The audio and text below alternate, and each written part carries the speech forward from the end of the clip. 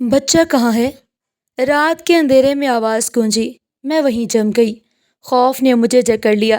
ہسپتال سے بھی لوٹی تھی، ہاتھ میں رپورٹیں تھی، رحیم کے ٹیسٹ کے کاغذ جیسے ہاتھوں سے پھسلنے لگے۔ کون ہو تم؟ کیا مطلب؟ میں نے کانپتے ہوئے پوچھا۔ گلی کے کونے سے ایک سیاہ سایہ ابھرا۔ اس نے کالا کوٹ پہنا تھا، چہرے سائے میں چھپا تھا۔ وہی بچہ جسے تم یتیم خانے سے لائی ہو، ہمارا ہے۔ تم پاگل ہو گئے ہو؟ وہ میرا بیٹا ہے، میں چیخی۔ میرے دل کی دھڑکن تیز، سانسیں بے قابو ہو گئی۔ وہ شخص میری طرف بڑھا، آنکھوں میں سرد مہری تھی۔ وہ بچہ حارث کی موت کا واحد گواہ ہے سارا، اور تم اس کی ماں بن کر اپنی موت کو بلا رہی ہو۔ اگر اسے ہمارے حوالے نہ کیا تو چھین لیں گے اسے۔ اس بار گواہی کے لیے کوئی زندہ نہیں بچے گا۔ یہ الفاظ میرے اوسان خطا کرنے کے لیے کافی تھے۔ حارث؟ وہ کس حارث کی بات کر رہا ہے؟ یہ اجنبی کون تھا؟ اور میرے بیٹے رحیم سے کیا تعلق تھا اس کا؟ یہ جاننے کے لیے آپ کو میری کہانی پڑھنی ہوگی، وہ کہانی جو آنسوؤں اور درد سے لکھی گئی ہے۔ میرا نام سارا ہے، میں ابا کے بغیر پلی۔ ہم دو بہن بھائی تھے، میں اور میرا بھائی حمزہ۔ اماں نے ہمیں اکیلا ہی پالا پوسا تھا، خود قربانیاں دے کر۔ ابا کا چھوٹا سا گھر ہی ہمارا واحد سہارا تھا۔ اماں دن میں کام کرتی، راتوں کو سلائی کڑھائی۔ ان کی ایک ہی خواہش تھی کہ ہم پڑھ لکھ جائیں۔ انہوں نے اپنی پوری زندگی ہماری تعلیم پر لگا دی۔ میں بڑی تھی، حمزہ بھی کالج میں پڑھتا تھا جب اماں کو میری شادی کی فکر ہونے لگی۔ انہوں نے کئی جگہوں پر رشتہ کے لیے کہا تھا۔ اماں چاہتی تھی کہ مجھے اچھا گھر ملے، میں خوبصورت، پڑھی لکھی اور سلیقہ مند تھی۔ اماں کہتی تھی سارا، تیرا نصیب اچھا نکلے گا، بس تیری شادی ہو جائے، میری آنکھیں ٹھنڈی ہوں۔ ایک دن ایک امیر گھر سے رشتہ آ گیا۔ اماں کو رشتہ پسند آیا۔ لڑکے کا نام اویس تھا۔ وہ ایک ملٹی نیشنل کمپنی میں اعلیٰ عہدے پر فائز تھا۔ ان کا اپنا بڑا سا خوبصورت گھر بھی تھا۔ اماں نے خوشی خوشی رشتہ قبول کر لیا۔ میری شادی اویس سے ہو گئی۔ شادی کے بعد میں ایک نئی دنیا میں آئی تھی۔ اویس واقعی محبت اور خیال رکھنے والا شوہر نکلا۔ وہ ہر لمحہ میرا خیال رکھتا، میرا ساتھی تھا۔ اس کے گھر میں ماں اور دو بھابھیاں اور نادیہ تھی۔ اویس کی دونوں بھابھیاں مہرین اور فوزیہ مجھے ناپسند کرتی تھی، شاید اس لیے کہ میں خوبصورت اور پڑھی لکھی تھی۔ اویس جب میری تعریف کرتا، ان کے چہرے بدل جاتے۔ ایک دن فوزیہ بھابھی نے کچن میں کہا، جب سے یہ آئی ہے اویس تو بدل ہی گیا ہے، اب صرف بیوی کا غلام بن کر رہ گیا۔ میں نے سنا مگر خاموش رہی، کچھ نہیں کہا۔ اویس نے تسلی دی، ان کی باتوں پر دھیان مت دو، سب آہستہ آہستہ ٹھیک ہو جائے گا سارا۔ میں صبر کرنے والی تھی، شکوہ زبان پر نہ لائی۔ ہمارا جوائنٹ فیملی سسٹم تھا۔ اویس تنخواہ امی کو دیتا، گھر کا مکمل نظام ساس کے ہاتھ میں تھا۔ میں اپنی چھوٹی ضرورتوں کے لیے بھی ان کی محتاج تھی۔ ایک دن ہمت کر کے بولا، امی جی پیسے چاہیے۔ انہوں نے فوراً کہا، پیسے کیا درختوں پر لگتے ہیں؟ اویس کی کمائی گھر کے خرچ کے لیے ہے، تمہارے نہیں۔ میں پھر بھی شکر گزار تھی، کیونکہ اویس محبت کرتا تھا مجھ سے۔ میں نے بچوں کو گھر پر ٹیوشن پڑھانا شروع کر دیا تاکہ اپنے چھوٹے موٹے اخراجات خود پورے کر سکوں۔ بھابھیوں نے کہا، دیکھو بھائی کتنی لالچی ہے یہ لڑکی، آتے ہی پیسے کمانے بیٹھ گئی، شرم بھی نہیں آئی۔ میں نے کچھ نہیں کہا، بس دل ہی دل میں روئی۔ اویس کہتا، سارا تم بہت بہادر ہو، میری جان ہو تم۔ پہلے سال صرف اشارے، باتیں چھپی چھپی ہوتی تھی، مگر دوسرے سال زہریلے جملے عام ہو گئے۔ سارا بھابھی، حکیم کو دکھاؤ، ڈاکٹر سے کچھ نہیں ہوا، آخری نسل بھی تو آگے بڑھانی ہوتی ہے۔ ساس نے تسبیح روک کر کہا، صحیح کہہ رہی ہے، اویس کو تو فکر ہی نہیں، جب دیکھو بیوی کے آگے پیچھے۔ مرد کو تو اپنی نسل کی فکر ہونی چاہیے نا۔ ان کے الفاظ تیر بن کر دل میں اترتے۔ میں خاموش تھی مگر دل اندر سے ٹوٹ رہا تھا۔ ایک رات رو کر کہا، اویس سب یہی تانے دیتے ہیں۔ اویس نے میرا ہاتھ تھاما، کل ڈاکٹر کے پاس چلتے ہیں، میں چاہتا ہوں سب کے منہ بند ہو جائیں سارا۔ ڈاکٹر نے ہمیں ٹیسٹ لکھ کر دیا۔ اویس بہت سنجیدہ تھا۔ 3 دن بعد رپورٹ لینے ہم واپس گئے۔ ڈاکٹر نے پہلے اویس کو اندر بلایا، وہ مسکرا کر نکلا، سب ٹھیک ہے سارا، فکر نہ کرو، وہ بولا۔ پھر مجھے بلایا گیا، میں اندر گئی۔ ڈاکٹر کی آنکھوں میں ہلکی سی سنجیدگی تھی۔ آپ کے شوہر اویس بالکل ٹھیک ہے سارا۔ میرا حلق خشک ہو گیا، دل زور زور سے دھڑکا، لیکن آپ کے اندر ماں بننے کی صلاحیت نہیں۔ یہ الفاظ میرے لیے قیامت سے کم نہیں تھے۔ زمین جیسے میرے پیروں تلے سے نکل گئی۔ میں نے دوبارہ ٹیسٹ کا کہا مگر بات واضح تھی۔ ڈاکٹر نے کہا، سارا رپورٹ بالکل ٹھیک ہے، اب دوبارہ ٹیسٹ کریں، کوئی غلطی ہوئی ہوگی۔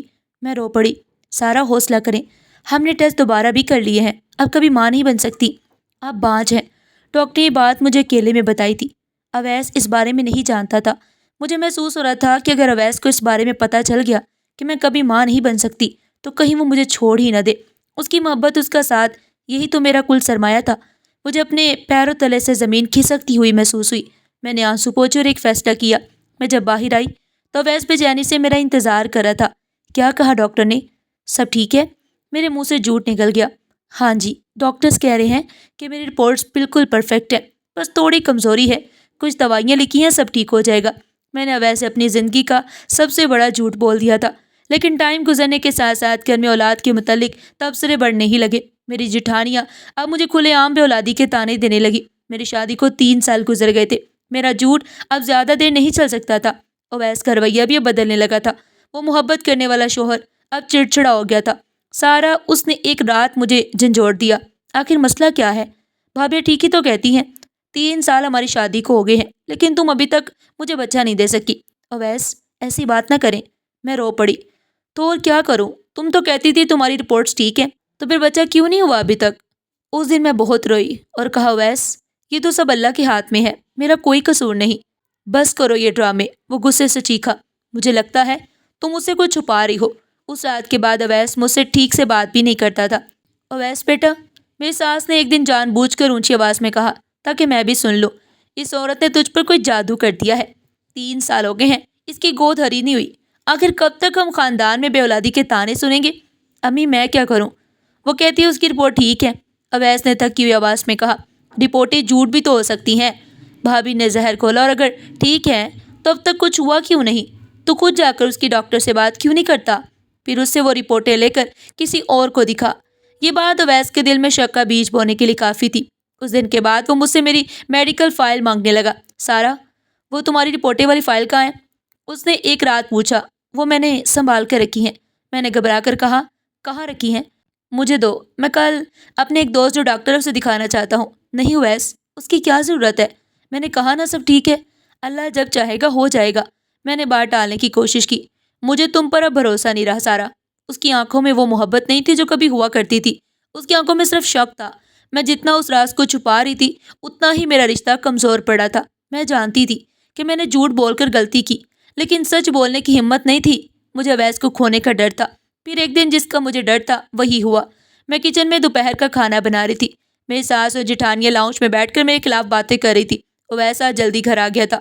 وہ کہہ رہا تھا کہ اس کے سر میں درد ہے اور وہ آرام کرنے اپنے کمرے میں جا رہا ہے۔ شاید وہ سچ میں آرام نہیں کرنا چاہتا تھا، وہ آج کچھ اور ہی ڈھونڈنے آیا تھا۔ جب کچن سے برتن اٹھا کر کمرے کی طرف بڑھی تو دیکھا کمرے کا دروازہ کھلا ہے اور اویس میری الماری کے لاکر میں کچھ تلاش کر رہا ہے۔ اویس آپ ٹھیک ہیں؟ وہ میری آواز سن کر چونکا۔ اس کے ہاتھ میں ایک نیلی فائل تھی، وہی فائل جس میں میری زندگی کا سیاہ سچ چھپا تھا۔ یہ کیا ہے؟ اس کی آواز پرسکون تھی، مگر یہ طوفان سے پہلے کی خاموشی تھی۔ یہ میری ڈگریاں ہیں اویس، میں نے ایک اور جھوٹ بولا۔ اچھا۔ اس نے فائل کھولی، اس کے چہرے کا رنگ بدلنے لگا۔ اس نے ایک ایک رپورٹ کو غور سے پڑھا، اس کا چہرہ غصے سے سرخ ہو گیا۔ وہ فائل ہاتھ میں لیے کمرے سے باہر نکلا۔ امی، بھابھی سب یہاں آئے۔ اس کی دھاڑ سے سب لاؤنج میں اکٹھے ہو گئے۔ کیا ہوا اویس؟ کیوں چیخ رہے ہو؟ میری ساس نے پوچھا۔ اویس نے وہ رپورٹیں میرے منہ پر دے ماری۔ پوچھے اپنی اس لاڈلی بہو سے، پوچھے اس جھوٹی عورت سے کہ اس فائل میں کیا ہے۔ کاغذات فرش پر بکھر گئے۔ میں بتاتا ہوں، اویس چیخا، اس میں اس کا بانجھ پن کا ثبوت ہے۔ یہ عورت، یہ سارا کبھی ماں نہیں بن سکتی۔ لاؤنج میں ایک لمحے کو مکمل سناٹا چھا گیا۔ اویس میری بات سنے۔ میں روتے ہوئے اس کے قدموں میں گر گئی۔ میں آپ کو بتانے ہی والی تھی، بس خاموش۔ وہ گرجا، ایک تم تو کبھی ماں نہیں بن سکتی، اور اوپر سے تم نے یہ بات مجھ سے چھپائی، تم نے مجھے دھوکہ دیا۔ ہائے اللہ، میں تو پہلے ہی کہتی تھی۔ میری ساس نے سینے پر ہاتھ مارا۔ اس منحوس نے ہمارا گھر برباد کر دیا۔ دیکھا اویس، بھابھیوں نے بھی موقع غنیمت جانا۔ ہم نہ کہتے تھے یہ تو ہے ہی منحوس، اور اتنی بڑی جھوٹی بھی۔ اویس خدا کے لیے مجھے معاف کر دے، میں آپ سے محبت کرتی ہوں، میں آپ کو کھونا نہیں چاہتی تھی۔ میں اس کے پیر پکڑ کر رو رہی تھی۔ محبت؟ اس نے نفرت سے میرے ہاتھ چٹک دیے۔ یہ محبت ہے؟ تم نے میری زندگی برباد کر دی، مجھے اولاد کی خوشی سے محروم رکھ دیا۔ اب تم نے میری زندگی میں ایک منٹ بھی نہیں رکھنے دوں گا۔ اس کی آنکھوں میں خون اترا ہوا تھا۔ اس نے میرا بازو پکڑا اور مجھے گھسیٹتے ہوئے گھر کے مرکزی دروازے تک لے آیا۔ اویس نہیں، ایسا مت کرے، میں کہاں جاؤں گی؟ جہنم میں جاؤ، جا، تیرے جیسی بانجھ کا میں نے کیا کرنا ہے؟ جا اپنے بھائی کے گھر پڑی رہ، تو مجھے اولاد کی خوشی نہیں دے سکی۔ اس نے مجھے دھکا دے کر گھر سے باہر نکال دیا اور میرے منہ پر دروازہ بند کر دیا۔ طلاق، طلاق، 3 دفعہ یہ دہرائے گئے الفاظ۔ اس کی آواز میرے کانوں میں گونجتی رہی۔ میں وہیں دروازے کے باہر گر گئی۔ میرا سب کچھ چھن گیا۔ میں ٹوٹی ہوئی، بکھری ہوئی ایک زندہ لاش کی طرح سڑک پر گر پڑی۔ کافی دیر میں اسی دہلیز پر پڑی روتی رہی جہاں کبھی میں دلہن بن کر آئی تھی، لیکن اب یہ دروازہ مجھ پر ہمیشہ کے لیے بند ہو چکا تھا۔ میرے پاس جانے کو کوئی ٹھکانہ نہیں تھا۔ اماں ابا تو پہلے ہی اللہ کو پیارے ہو چکے تھے، بس ایک رشتہ ہی بچا تھا، میرا بھائی، وہ بھائی جسے میں نے بڑے لاڈ پیار سے پالا۔ اماں کے مرنے کے بعد میں نے ہی اس کا خیال رکھا تھا، اسے اپنا چھوٹا بھائی نہیں بلکہ اپنا ہی بچہ سمجھتی تھی، مجھے اس سے بے پناہ محبت تھی۔ میں گرتی پڑتی آنسو پوچھتی وہاں سے اٹھی، میرے پاس بس وہی کپڑے تھے جو میں نے پہن رکھے تھے۔ میں روتی ہوئی بھائی کے گھر پہنچی، اس کی شادی کو بھی 6 مہینے ہی ہوئے تھے، وہ اپنی بیوی کے ساتھ ایک چھوٹے سے کرائے کے مکان میں رہتا۔ میں نے دروازہ کھٹکھٹایا تو بھائی نے ہی دروازہ کھولا، مجھے اس حالت میں دیکھ کر وہ ہکا بکا رہ گیا۔ آپا، آپ اس وقت، اور آپ رو رہی ہیں؟ میں کچھ کہے بنا اس کے گلے لگ کر پھوٹ پھوٹ کر رو دی۔ بھائی، میں برباد ہو گئی، اویس نے اس نے مجھے طلاق دے دی۔ طلاق؟ بھائی نے مجھے صدمے سے الگ کیا۔ کیوں، کیا ہوا آپا؟ تبھی اندر سے اس کی بیوی بھی باہر آئی، اس کا پیٹ نکلا ہوا تھا، وہ حاملہ تھی۔ اسے دیکھ کر میرے جلتے ہوئے دل پر جیسے ٹھنڈک پڑ گئی۔ مبارک ہو بھابھی، تم ماں بننے والی ہو۔ میں نے روتے ہوئے مسکرانے کی کوشش کی۔ شکریہ آپا، اس نے بھی حیرانی سے کہا، لیکن آپ کی یہ حالت؟ بھائی مجھے بازو سے پکڑ کر اندر لے آیا۔ آپا، آپ بتائیں اویس نے ایسا کیوں کیا؟ میں نے انہیں سب سچ بتا دیا، کیسے میری رپورٹیں خراب آئی، کیسے میں نے ویسی ہی بات چھپائی، اور کیسے آج اسے سچ پتہ چلنے پر اس نے مجھے گھر سے دھکے مار کر نکال دیا۔ اس نے کہا میں بانجھ ہوں، اس لیے اس نے مجھے طلاق دے دی۔ بھائی خاموشی سے سب سنتا رہا، اس کے چہرے پر غصہ تھا، لیکن یہ غصہ اویس کے لیے تھا یا میرے لیے، میں سمجھ نہ سکی۔ بھابھی کے چہرے کا رنگ البتہ اڑ گیا تھا، وہ خاموشی سے اٹھ کر اپنے کمرے میں چلی گئی۔ آپ فکر نہ کریں، بھائی نے مجھے تسلی دی، یہ بھی آپ ہی کا ہی گھر ہے، آپ آرام کریں، میں صبح ویسے بات کروں گا۔ مجھے لگا میرے بھائی نے مجھے گلے سے لگا لیا اور کہہ رہے میرے گھر میں میری بہن کے لیے بہت جگہ ہے، لیکن شاید یہ میری سوچ تھی۔ ماں کے مرنے کے بعد تو بھائی بالکل بھی ویسا نہیں رہا تھا۔ میں صرف ایک دن وہاں پر رہی، اس ایک دن میں نے دیکھا کہ بھابھی مجھ سے کترا رہی ہیں، وہ میرے پاس بیٹھنے سے بھی گریز کر رہی تھی۔ رات کو میں نے اپنے بھائی اور بھابھی کو لڑتے ہوئے سنا۔ بھائی بھابھی سے کہہ رہا تھا کیسی باتیں کر رہی ہو، وہ میری بڑی بہن ہے۔ بھائی دبی آواز میں غصے سے بول رہا تھا، بہن ہے تو کیا منحوس ہے؟ وہ بھابھی کی آواز میں نفرت تھی۔ سنا نہیں تم نے؟ بانجھ ہے وہ، اسی وجہ سے اس کا شوہر اسے چھوڑ گیا۔ میں حاملہ ہوں، میں نہیں چاہتی اس کا سایہ بھی مجھ پر پڑے، کل کو لوگ کیا کہیں گے؟ لوگوں کی فکر چھوڑو، لیکن وہ اس حالت میں کہاں جائے گی جہاں سے آئی ہے؟ مجھے نہیں پتا، لیکن وہ اس گھر میں نہیں رہے گی۔ اگر وہ یہاں رہی تو میں اپنے بچے کو لے کر اپنے میکے چلی جاؤں گی۔ اس کی نحوست میرے بچے کو لگ گئی تو؟ یہ سن کر میرا دل کام کیا۔ اگلی صبح بھائی میرے پاس آیا، اس کی آنکھیں سرخ تھی۔ آپا دیکھیں، آپ تو جانتی ہے کہ گھر میری محنت سے بنا ہے، اس سے پہلے تو ہم جس گھر میں رہتے تھے اس کے بارے میں آپ اچھی طرح سے جانتی ہیں۔ بھائی تو کیا کہنا چاہتا ہے؟ میری آواز بھر آئی۔ آپا، تم جانتی ہو میری بیوی حاملہ ہے اور آپ بانجھ ہیں، آپ کی نحوست میری بیوی کو لگ گئی، آپ کہیں اور ٹھکانہ بنا لیں۔ میں حیرانی سے اپنے اس چھوٹے بھائی کی طرف دیکھ رہی تھی جو مجھ پر جان چھڑکتا تھا، جس کی دنیا مجھ سے شروع ہو کر مجھ پر ہی ختم ہوتی تھی، جو میری ایک ایک بات مانتا تھا۔ آج میں اس کی بیوی کے لیے نحوست تھی، یہ کہہ کر وہ مجھے گھر سے نکال رہا تھا۔ بھائی میری آواز پر مشکل نکلی، تم میرے بھائی ہو، تمہیں بھی ایسا لگتا ہے کہ میں منحوس ہوں؟ میری نحوست تمہاری بیوی کو لگے گی؟ بھائی میں تو بہت خوش تھی کہ میرا بھائی باپ بننے والا ہے، میں تو خوش تھی کہ چلو میں تو بے اولاد رہی، کم از کم میرے ماں باپ کی نسل تو چلے گی۔ میرے آنسو میرے گالوں پر بہ رہے تھے، مجھے لگا کہ میرا بھائی مجھے سمجھے گا۔ ہاں بس جانتا ہوں میں آپ کو۔ اس نے بے رخی سے منہ موڑ لیا۔ آپا بحث مت کریں، اپنا بوریا بستر سمیٹیں اور نکلیں یہاں سے، کیونکہ میں مزید آپ کو یہاں برداشت نہیں کر سکتا۔ اس کا آخری جملہ میرے دل میں تیر کی طرح پیوست ہو گیا۔ میں نہیں چاہتا کہ آپ کی طرح میں بھی بے اولاد رہوں۔ وہ پڑھا لکھا تھا، وہ میرا بھائی تھا اور ویسی سوچ رکھتا تھا۔ یہ سوچ کر ہی مجھے افسوس ہونے لگا، وہ شخص جس کے لیے میں نے اپنی جوانی کے کتنے ہی دن پریشانی میں گزارے، آج وہ مجھے بانجھ کے تانے دے رہا تھا۔ وہ شخص جس کے لیے میں نے کتنے ہی دن پریشانی میں گزارے، آج وہی مجھے بانجھ پن کا تانا دے رہا تھا۔ میں نے اسے مزید کوئی بات نہیں کی، خاموشی کے ساتھ اپنے چند کپڑے جو میں تھیلی میں ڈال کر لائی تھی وہ اٹھائے اور اپنے بھائی کے گھر سے بھی نکل آئی۔ اس نے مجھے روکا تک نہیں، نہ ہی میری بھابھی نے باہر آ کر جاننا چاہا، جیسے وہ دونوں میرے جانے کے ہی منتظر تھے۔ اب میں سڑک پر تھی، میرا شوہر مجھے بانجھ کہہ کر چھوڑ چکا تھا، میرا بھائی مجھے منحوس سمجھ کر گھر سے نکال چکا تھا۔ میرے پاس نہ کوئی وسیلہ تھا نہ کوئی ٹھکانہ، میں کہاں جاتی، کس سے مدد مانگتی؟ میرے تو اپنے ہی میرے نہ رہے تھے۔ میں ایک پارک کے بینچ پر بیٹھ کر گھنٹوں روتی رہی۔ دنیا مجھ سے تنگ آ چکی تھی، یا شاید میں ہی اس دنیا کے لیے ایک بوجھ تھی، ایک منحوس بانجھ عورت۔ اس دن میں نے ایک فیصلہ کیا، میں اس شہر میں نہیں رہوں گی، میں اپنے اپنوں سے بہت دور چلی جاؤں گی، اتنی دور کہ جہاں نہ میری نحوست کسی تک پہنچے، نہ میری شکل کوئی دیکھے گا۔ میرے پاس اماں کے دیے ہوئے چند سونے کے کنگن تھے جو میں نے مشکل وقت کے لیے سنبھال کر رکھے تھے۔ میں نے وہ کنگن بیچ دیے، ان پیسوں سے میں نے ایک بس کا ٹکٹ خریدا اور دوسرے شہر چلی گئی، ایک ایسا شہر جہاں مجھے کوئی نہیں جانتا تھا، نئے شہر آ کر میں نے ایک چھوٹی سی نوکری شروع کی۔ میں پڑھی لکھی تھی، اس لیے مجھے ایک اسکول میں کلرک کی نوکری مل گئی۔ تنخواہ بہت کم تھی، اس لیے میں نے ایک ہاسٹل میں رہنے کا فیصلہ کیا۔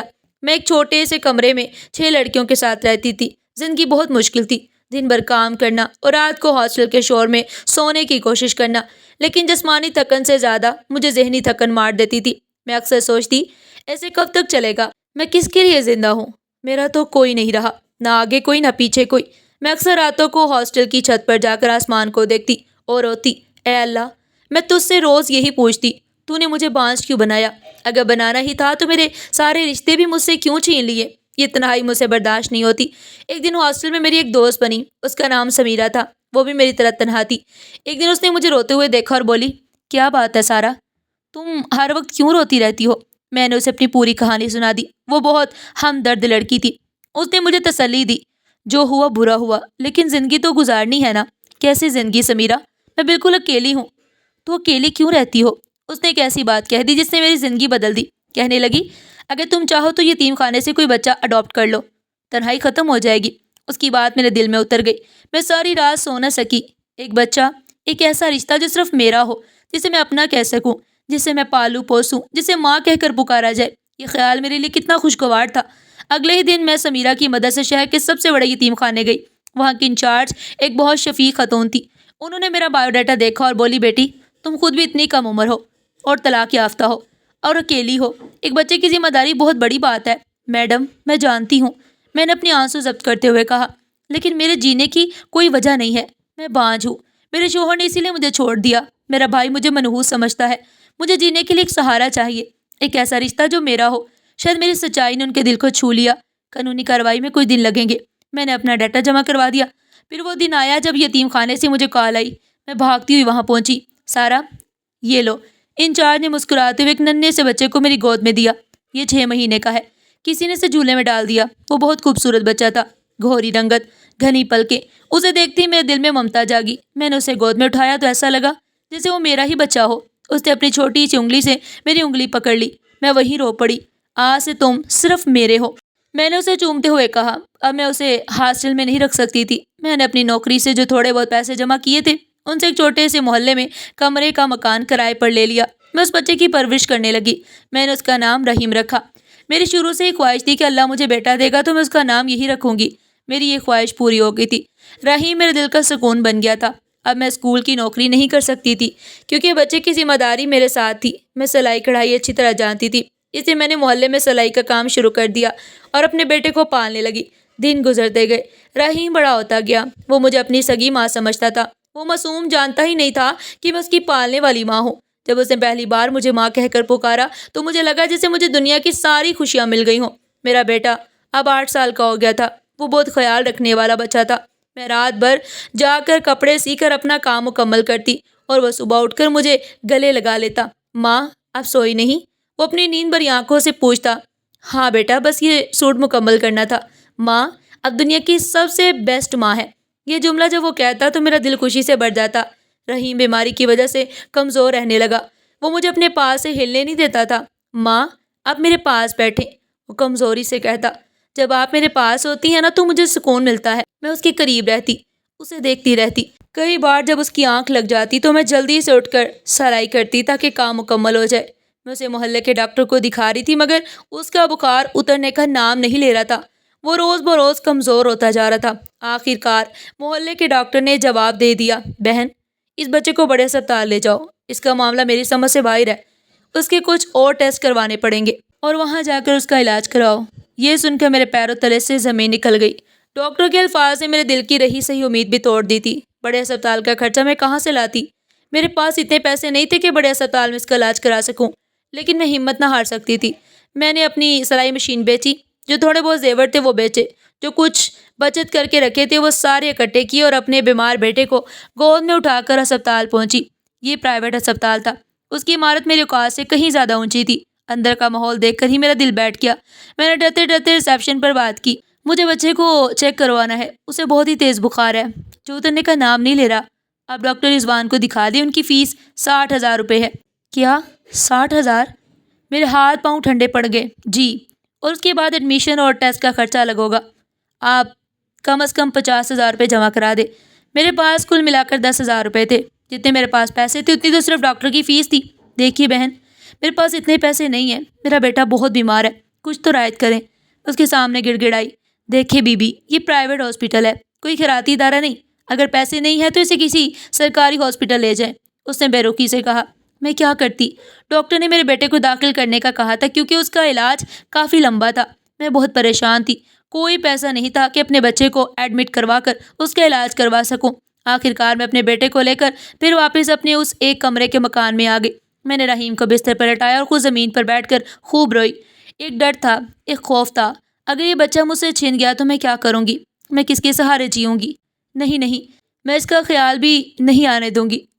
دل میں نے خود سے کہا یہ کہیں نہیں جائے گا مجھے چھوڑ کر، یہ میری جان ہے، اس کے ساتھ میں مر جاؤں گی۔ یہ سوچتے ہوئے میں نے اسے گلے سے لگا لیا۔ میرا بیمار بچہ درد سے بری طرح تڑپ رہا تھا، وہ بخار میں بے ہوش سا پڑا تھا۔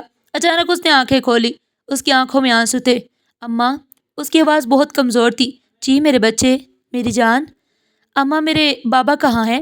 اس کے سوال پر میری آنکھوں سے آنسو زاروں قطار نکلنے لگے۔ میں اسے کیا جواب دیتی؟ تبھی وہ خود ہی بولا، میں جانتا ہوں نا میرے بابا اللہ کے پاس ہے نا۔ اس نے میرا چہرہ دیکھا جو آنسوؤں سے بھیگا ہوا تھا۔ میرا ایک دوست ہے، اس کے بابا بھی اللہ کے پاس چلے گئے ہیں، اسی لیے ہمارے پاس پیسے بھی نہیں ہیں میرے علاج کے لیے۔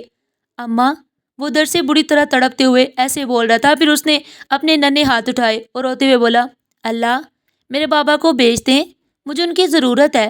اس کے الفاظ میرے دل کو چیر گئے، لیکن میں جانتی تھی کہ اس کی دعا کبھی پوری نہیں ہوگی، کیونکہ اس کا تو کوئی باپ ہی نہیں تھا، وہ تو ایک یتیم تھا۔ وہ بچہ اپنی بیماری کی حالت میں رو رو کر اللہ سے کہہ رہا تھا، اللہ تعالیٰ میرے بابا کو بھیج دیں، مجھے اور میری ماں کو میرے بابا کی بہت ضرورت ہے۔ میں خاموشی کے ساتھ اس کے پہلو میں لیٹی اس کے بالوں کو سہلاتی رہی تھی۔ میری آنکھوں سے مسلسل آنسو بہ رہے تھے۔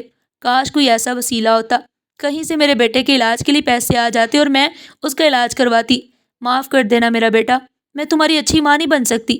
یہ کہتے ہوئے میں نے اسے اپنے سینے سے لگا لیا تھا۔ آدھی رات کا وقت تھا، میرا بچہ درد سے کرا رہا تھا، نیند میری آنکھوں سے بھی کوسوں دور تھی۔ ایسے لگ رہا تھا کہ بچے کی بیماری کم ہے اور میں زیادہ بیمار ہوں۔ میں اٹھ کر بیٹھی تھی اور بچے کو تڑپتے ہوئے دیکھ کر دل میں بار بار خیال آ رہا تھا کہ صبح اٹھتے ہی کسی سے مدد مانگوں گی، اپنے بچے کی خاطر میں بھیک بھی مانگ لوں گی، پھر اس کا علاج کراؤں گی۔ لیکن تھوڑی ہی دیر کے بعد میرے ہوش اڑ گئے۔ اچانک کھڑکی کا شیشہ ٹوٹنے کی آواز آئی۔ آدھی رات کے وہ گھر کی کھڑکی سے گھر کے اندر کودا۔ کون ہے یہاں؟ تو میں چیخی۔ میرا بیٹا ڈر کر میری گود میں دبک گیا اور آہستہ آہستہ کراہنے لگا۔ وہ زخمی شخص ہماری طرف بڑھا، وہ دیکھنے میں ہی امیر کبیر نظر آ رہا تھا۔ اس نے مہنگا سوٹ بوٹ پہنا جو ایک طرف سے پھٹا ہوا تھا اور خون میں لت پت تھا۔ اس نے اپنے پیٹ پر ہاتھ رکھا ہوا تھا جہاں سے خون بہہ رہا تھا۔ جیسے وہ میری جانب بڑھا تو میں دوسری سائڈ کی سمت پر بیٹھ گئی اور رحیم کو اپنے پیچھے چھپا لیا۔ باہر نکلو ورنہ میں شور مچا دوں گی، میں نے کانپتی آواز میں کہا۔ اس شخص نے دیوار کا سہارا لے کر وہ رک گیا، اس کی سانسیں پھولی ہوئی تھی۔ ڈرو نہیں، وہ درد سے کراہتے ہوئے بولا، میں تمہیں نقصان نہیں پہنچاؤں گا۔ کون ہو تم اور یہاں کیا کر رہے ہو؟ جاؤ یہاں سے۔ اس شخص کی نظر میرے پیچھے چھپے ہوئے بخار میں تڑپتے رحیم پر پڑی۔ اس کی آنکھوں میں ایک عجیب سی چمک آئی۔ تم ٹھیک کہہ رہی تھی، اس نے رحیم کو دیکھتے ہوئے کہا۔ اسے میری ضرورت ہے۔ کیا مطلب؟ میں غصے سے چیخ اٹھی۔ وہ زخمی شخص میری طرف دیکھ کر تلخی سے مسکرایا۔ میں اس بد نصیب کا باپ ہوں۔ کیا؟ میرے ہاتھ پاؤں سن ہو گئے۔ تم کیا کہہ رہے ہو؟ میں نے رحیم کو اور زور سے اپنے سینے سے لگا لیا۔ دیکھو، اکیلی عورت سمجھ کر مجھے کمزور مت سمجھنا، چلے جو یہاں سے، اس کا کوئی باپ نہیں ہے۔ میری آواز کانپ رہی تھی۔ اسے میں یتیم خانے سے لائی تھی، میں جانتا ہوں۔ وہ درد سے کراہ رہا تھا اور دیوار کے سہارے زمین پر بیٹھ گیا۔ میرا نام حارث ہے اور میں نے اسے اس یتیم خانے میں چھوڑا تھا۔ کیوں؟ میں نے غصے سے چیخا۔ تم جھوٹ بول رہے ہو، کوئی باپ اپنے بچے کے ساتھ ایسا نہیں کر سکتا۔ تم دیکھنے میں اتنے امیر کبھی لگ رہے ہو، تم نے اپنے جگر کے ٹکڑے کو یتیم خانے میں کیوں پھینکا؟ اس نے اپنے زخم پر ہاتھ رکھتے ہوئے ایک تلخ مسکراہٹ کے ساتھ میری جانب دیکھا۔ ہاں، میں بہت امیر ہوں، فیکٹریوں کا مالک ہوں، میری یہی امانت تھی میرے اور میرے بچے کے درمیان دوری پیدا کر گئی۔ کیا مطلب؟ صاف صاف بولو۔ اس نے ایک لمبی سانس لی۔ میرے چچا زاد بھائی انور اور کامران میری جائیداد پر قبضہ کرنا چاہتے ہیں۔ جو میری بیوی سارا امید سے تھی، تبھی مجھے پتا چلا تھا کہ وہ میری بیوی کی جان لینے پر تلے ہوئے ہیں۔ تمہاری بیوی کی جان؟ ہاں۔ اس کی آنکھوں میں آنسو آ گئے۔ میرے باپ نے اپنی ساری جائیداد اپنی وصیت میں میرے ہونے والی اولاد کے نام کی تھی۔ میرے چچا زاد بھائی یہ برداشت نہ کر سکے، وہ اسی لیے میری بیوی کو ہی مار دینا چاہتے تھے تاکہ جائیداد کو کوئی وارث بھی پیدا نہ ہو۔ پھر میرا دل کسی انہونی کے ڈر سے کانپنے لگا۔ جس دن میری بیوی مری اس کی آواز رند گئی۔ وہ محض ایک کار ایکسیڈنٹ نہیں تھا، وہ ایک قتل تھا۔ وہ ایکسیڈنٹ کروایا گیا تھا۔ میری بیوی کو ہسپتال لے جایا گیا، میرا بچہ، میرا رحیم زندہ بچ گیا اور میری بیوی زندگی کی بازی ہار گئی۔ او خدایا، میں نے بے اختیار کہا۔ میں بہت دکھی تھی۔ اس نے میرا نام لیا جیسے وہ مجھے پہلے سے جانتا ہو، لیکن اس وقت مجھے اپنے بچے کی زندگی بچانی تھی کیونکہ میں جانتا تھا وہ میرے بچے کو زندہ نہیں رہنے دیں گے۔ اس لیے میں اپنی بیوی کی میت کو گھر لے جانے سے پہلے اپنے بیٹے کو یتیم خانے چھوڑ آیا تھا تاکہ کسی کو بھی کانوں کان خبر تک نہ ہو کہ میرا بیٹا زندہ ہے۔ اس کی بات سن کر میں حیران رہ گئی۔ تو یہ تھی رحیم کی کہانی۔ پھر کیا ہوا؟ میں نے پوچھا۔ تم نے اسے واپس کیوں نہیں لیا؟ زندگی میں پہلی دفعہ میں اتنا مجبور تھا۔ یہ جائیداد مجھے اذیت محسوس ہو رہی تھی۔ ایک دفعہ ارادہ کیا کہ جب میرا بیٹا 10 سال کا ہو جاتا تو یہ جائیداد قانونی طور پر اس کے نام ہو جانی تھی۔ پھر مجھے کوئی خطرہ نہیں تھا۔ لیکن تمہیں کیسے پتہ چلا کہ رحیم میرے پاس ہے؟ پھر مجھے پتہ چلا کہ ایک عورت نے میرے بچے کو گود لیا ہے۔ میں تم پر نظر رکھتا تھا سارا، میں آتے جاتے تمہیں دیکھتا تھا۔ یہ سن کر میں چونک گئی۔ تم جس طرح میرے بچے کی دیکھ بھال کرتی تھی، جس طرح تم نے اسے پالا ہے، بے شک تم غربت میں تھی لیکن تم نے اسے باپ کی کمی بھی محسوس نہیں ہونے دی۔ میں تمہارے سکون میں خلل نہیں ڈالنا چاہتا تھا۔ میں ڈرتا تھا کہ اگر میں نے تمہاری مدد کی تو کہیں میرے دشمنوں کو شک نہ ہو جائے، لیکن میں تمہاری مدد بھی نہ کر پایا، مگر تم نے ایک اچھی ماں بن کر دکھایا ہے۔ اسی وقت میرا بچہ رحیم، جو شاید ہماری باتیں سن رہا تھا، بخار کی حالت میں ایک دم سے ہم دونوں کی طرف دیکھنے لگا۔ اس کی نظر زخمی حارث پر پڑی۔ اماں، اس نے کمزوری سے میرا ہاتھ پکڑا۔ اماں دیکھو، میرے بابا آ گئے ہیں نا؟ یہ سن کر حارث کے صبر کا بندھن ٹوٹ گیا۔ وہ اپنے زخموں کی تاپ نہ لاتے ہوئے آگے بڑھا اور میرے رحیم کو گلے سے لگا لیا۔ ہاں بیٹے، وہ پھوٹ پھوٹ کر روتے ہوئے بولا، میں آ گیا ہوں، تمہارا بابا آ گیا ہے، اب میرا بیٹا کبھی تکلیف میں نہیں رہے گا۔ اس نے رحیم کو سینے سے لگا لیا، پھر اس نے میری جانب دیکھا۔ سارا، صرف 2 سال اور تم نے اسے محفوظ رکھنا ہے۔ میں نے اس کے گہرے زخموں کی طرف اشارہ کیا۔ اور زخمی کیسے ہوئے؟ ان ظالموں نے نفرت سے کہا۔ انہوں نے آج مجھ پر قاتلانہ حملہ کیا۔ میں مشکل سے جان بچا کر سیدھے یہاں پہنچا تاکہ یہ وصیت نامہ تمہیں دے سکوں۔ اس نے اپنی جیب سے ایک لفافہ نکالا۔ یہ وصیت نامہ تم سنبھال کر رکھو، اگر میں ان دشمنوں کے ہاتھوں مارا بھی گیا تو یہ جائیداد میرے بیٹے کی رہے گی۔ پھر اس نے ایک اور لفافہ میری طرف بڑھایا، وہ نوٹوں سے بھرا ہوا تھا۔ یہ رکھو، اللہ کے لیے، اپنے اور میرے بیٹے کے لیے رکھو، کل ہی سے سب سے بڑے ہسپتال لے جانا۔ اس نے رحیم کو ایک بار پھر پیار کیا اور دروازے کی طرف بڑھا۔ رکو، تم جا رہے ہو؟ ہاں، اب مجھے یہاں رکنا نہیں، تم دونوں کے لیے خطرہ ہے۔ اور اس سے پہلے کہ میں کچھ کہہ پاتی وہ رات کے اندھیرے میں غائب ہو گیا۔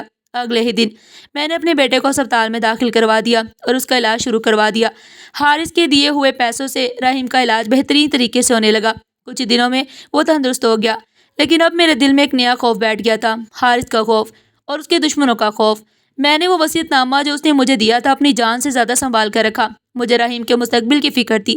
میرا بیٹا صحت یاب ہونے کے بعد مجھ سے بار بار ایک ہی سوال کرتا، اماں، میرے بابا دوبارہ کب آئیں گے؟ آئیں گے بیٹا، میں اسے تسلی دیتی، وہ بہت ضروری کام سے گئے ہیں، انہوں نے وعدہ کیا ہے کہ وہ جلد لوٹیں گے۔ اماں، بابا بہت اچھے ہیں نا، وہ میرے لیے کتنے سارے پیسے دے گئے تھے، وہ معصومیت سے کہتا۔ میں بس مسکرا دیتی۔ میں اسے کیسے بتاتی کہ وہ پیسے اس کے باپ نے اپنی جان خطرے میں ڈال کر دیے تھے۔ کچھ ہفتے گزر گئے۔ میں نے حارث کے پیسوں سے ایک نئی سلائی مشین خریدی اور اپنا کام دوبارہ شروع کر دیا۔ میں نہیں چاہتی تھی کہ رحیم کے باپ کی دولت کا ایک پیسہ بھی اپنی ذات پر خرچ ہو۔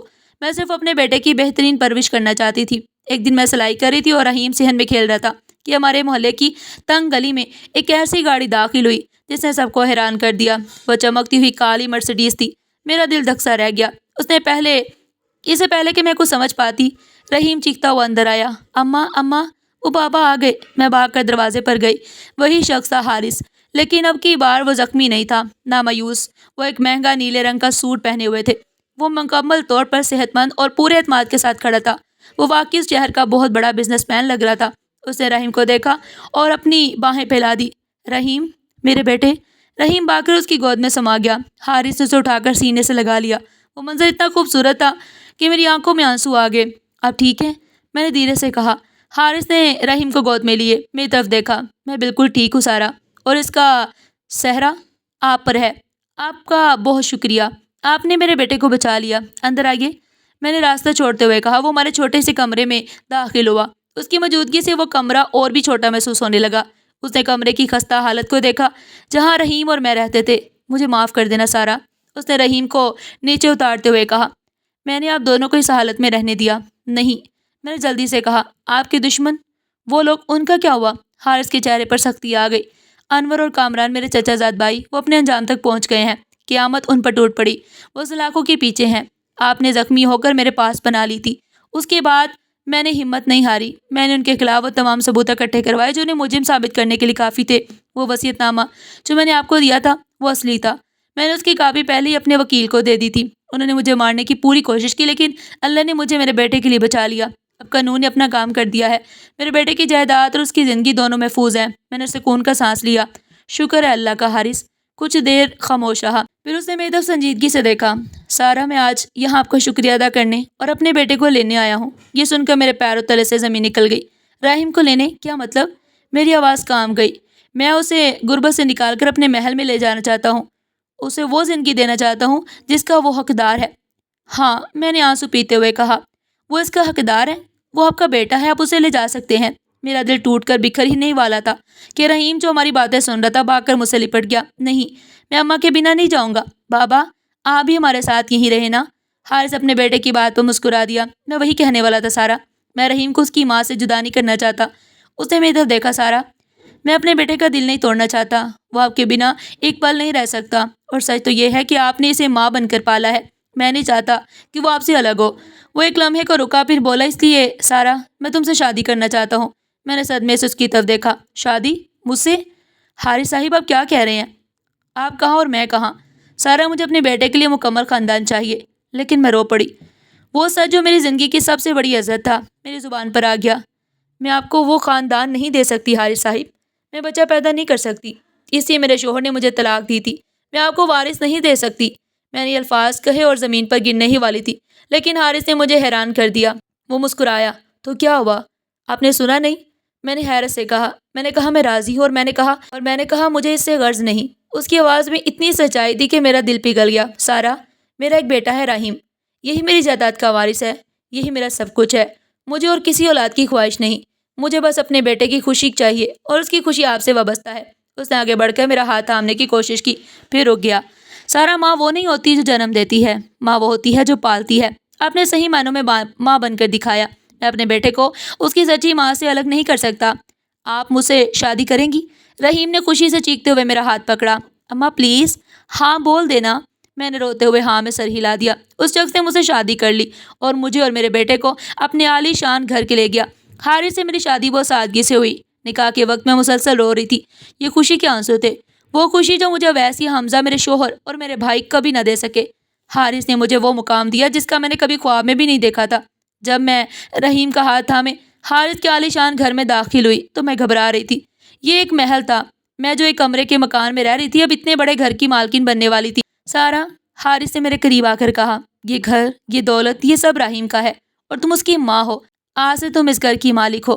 اس نے گھر کے تمام ملازمین کو جمع کیا اور میرا تعارف کروایا۔ یہ سارا بیگم ہے، میری بیوی اور رحیم کی ماں۔ انہیں کبھی کسی شکایت کا موقع نہ ملے۔ زندگی بدل گئی تھی۔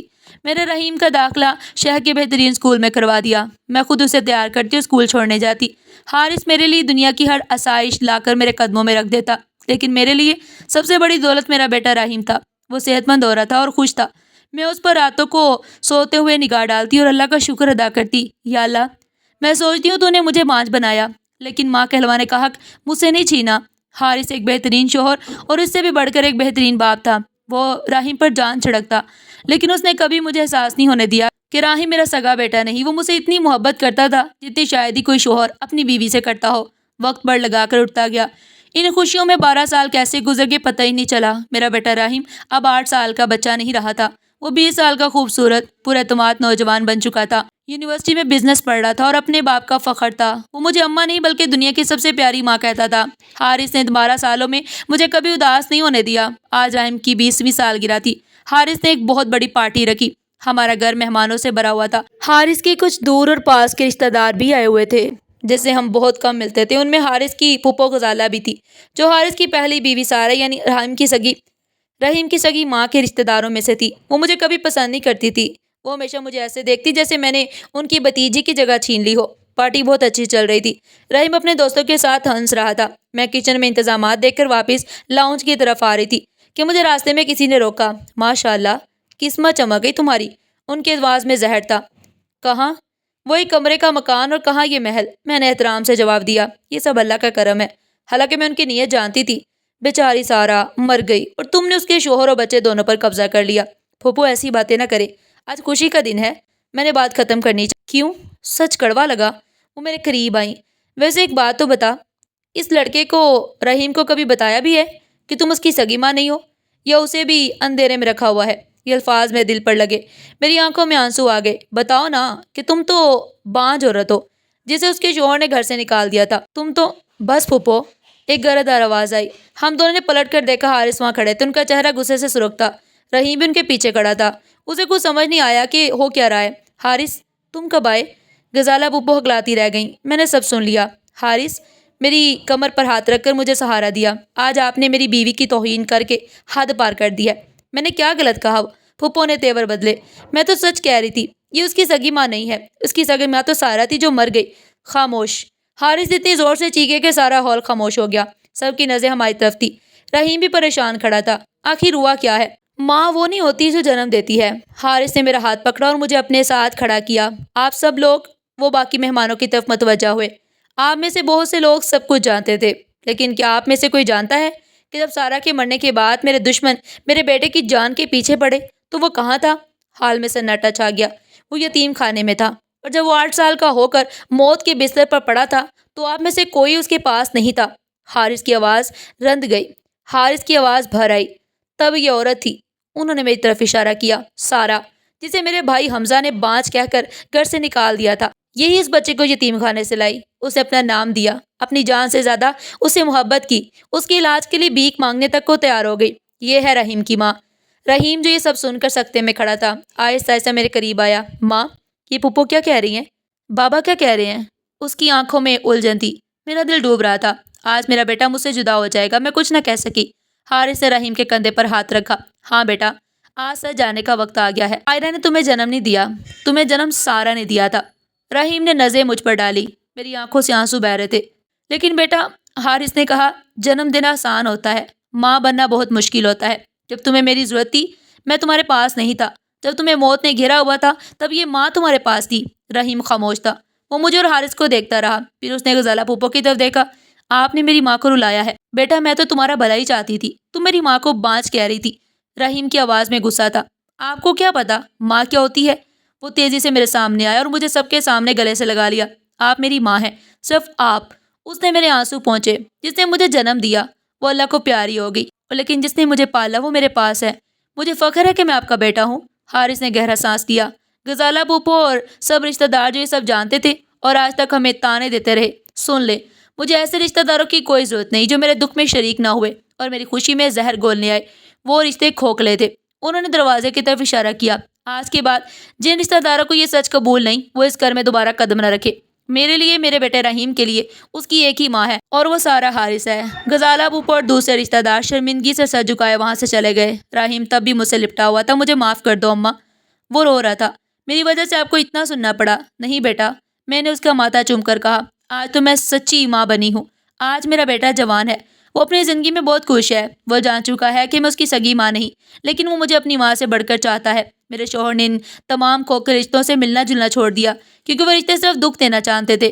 میں اکثر سوچتی ہوں، اویس نے مجھے بانجھ کہہ کر چھوڑ دیا، میرے سگے بھائی حمزہ نے مجھے منحوس کہہ کر دھتکار دیا۔ میں ٹوٹی بکھری ہوئی تھی، لیکن میرے اللہ کی مصلحتیں کوئی نہیں جانتا۔ اس نے مجھ سے ایک رشتہ چھینا تو مجھے ایسے رشتوں سے نواز دیا جو میری دنیا بن گئے۔ حارث، جس نے میرے بانجھ پن کو جانتے ہوئے بھی مجھے اپنی بیوی بنایا، اور رحیم جو میرا خون نہ ہوتے ہوئے بھی میری جان ہے۔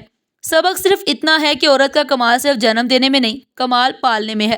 رشتہ خون سے نہیں، احساس سے بنتے ہیں۔ مجھے بانجھ ہونے کا تانا دینے والے آج تنہا ہے، اور میں بانجھ ہو کر بھی ایک مکمل خوشحال خاندان کی مالک ہوں۔ اللہ جب نوازتا ہے تو چھپڑ پھاڑ کر دیتا ہے، بس اس کے انصاف پر یقین کامل ہونا چاہیے۔ ناظرین، آپ کو آج کی یہ کہانی کیسی لگی؟ کمنٹ سیکشن میں اپنی قیمتی رائے کا اظہار ضرور کیجیے گا، اور اس طرح کی مزید سبق و مزید کہانیاں سننے کے لیے چینل کو سبسکرائب کریں، ویڈیو کو زیادہ سے زیادہ لائک کریں اور شیئر کریں۔ پھر ملتے ہیں ایک نئی ویڈیو کے ساتھ، تب تک کے لیے اللہ حافظ۔